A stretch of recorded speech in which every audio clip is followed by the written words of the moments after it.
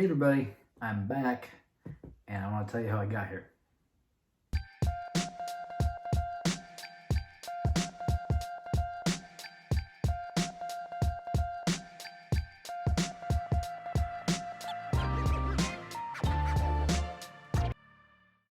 So I'm currently in Augusta, Georgia, in Fort Gordon, and I just want to tell you the story of how we got here because we had a very interesting PCS experience. So let's rewind to last March.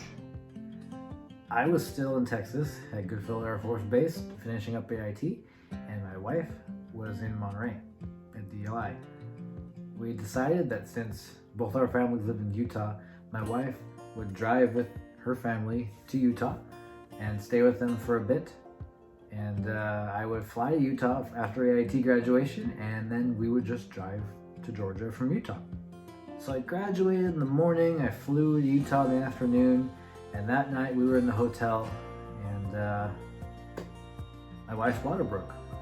And at first I didn't believe her. I was like, what do you mean something's wrong?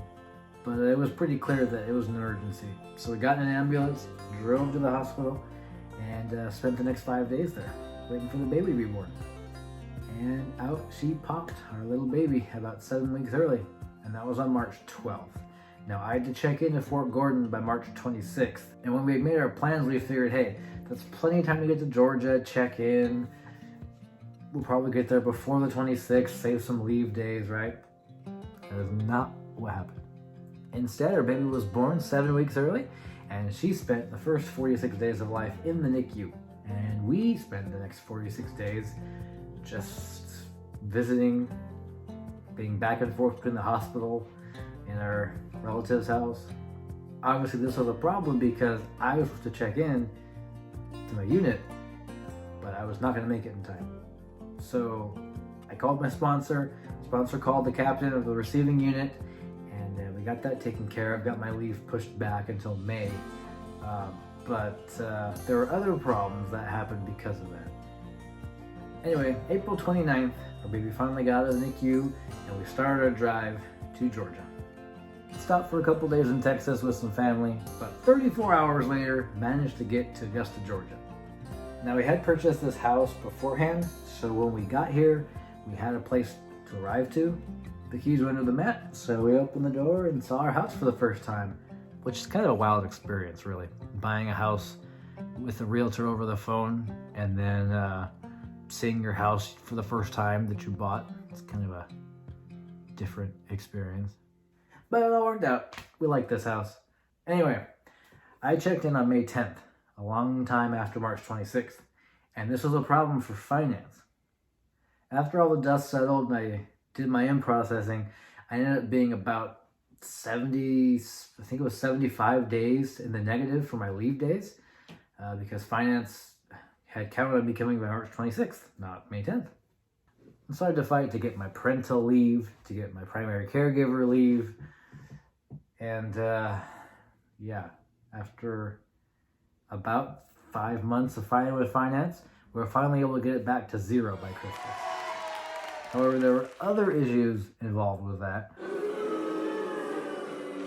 So because our baby and my wife were in the hospital for so long, we ended up getting a giant bill. Now, you might be thinking, but you're in the military, Tricare pays for it. That's true.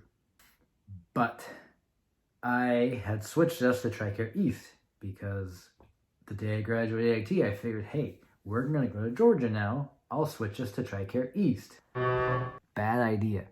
Very bad idea. I wasn't expecting us to have a baby in Utah, which is definitely not in Tricare East. So when Tricare finally gets the paperwork, they start fighting over who's supposed to pay for it. Tricare West is like, she's enrolled in the East. We're not paying for it. And Tricare East was like, it happened in Utah. We're not paying for it. And while those are both very valid points, the bill ended up being $328,000. NICU is not cheap, people. So after making calls to the hospital to not send me to collections and making calls back and forth between the Tricares to get that all settled, 11 months after my child was born, we were finally able to get Tricare to pay for the bill. In the meantime, my paycheck was doing really wonky things. I had 1 month where I got the transportation money that came in, I got my bonus that came in, I got the flip pay that I started getting paid when I graduated AIT, but wasn't paid till I got to Georgia. I got that all paid. But I also got deducted the difference in BAH from that same time period. I got deducted all the money from the leave that I took that I wasn't supposed to. And that paycheck ended up looking real crazy. I'm talking like $30,000 for and like $28,000 taken away. So I guess basically it was like getting my base pay in the end. But on paper, that was a good month and a bad month. There are a lot of good things about the PCS though, because from March 5th to when I graduated from AIT, all the way up until May 10th, I wasn't even in a base. I wasn't in an Army base. I wasn't near a unit. And so I wasn't doing anything Army related, but still getting paid for it. I mean, think about that. I was basically on a paid vacation. I mean, it wasn't really a vacation because we were in the hospital for most of it. But I mean, what other jobs can I just like disappear for 2 months and they just keep paying me?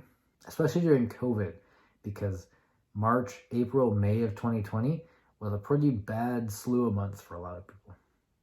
And even when I got to base, I mean, the unit still wanted to give me parental leave, so I still didn't really have to work for a few more months. And then they put me in language class, so really it was like from March to September that I was getting paid to take care of my baby, which is really nice.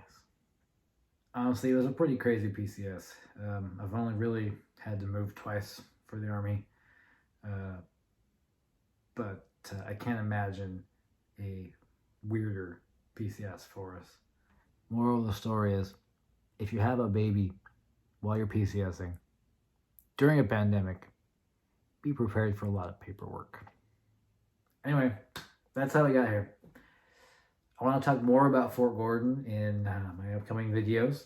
I do want to talk about boards though, Soldier of the Month board, promotion board, because I was told today that I will be taking a promotion board this month and a Soldier of the Month board in 2 days. So that is fresh on my mind. I would like to talk about it.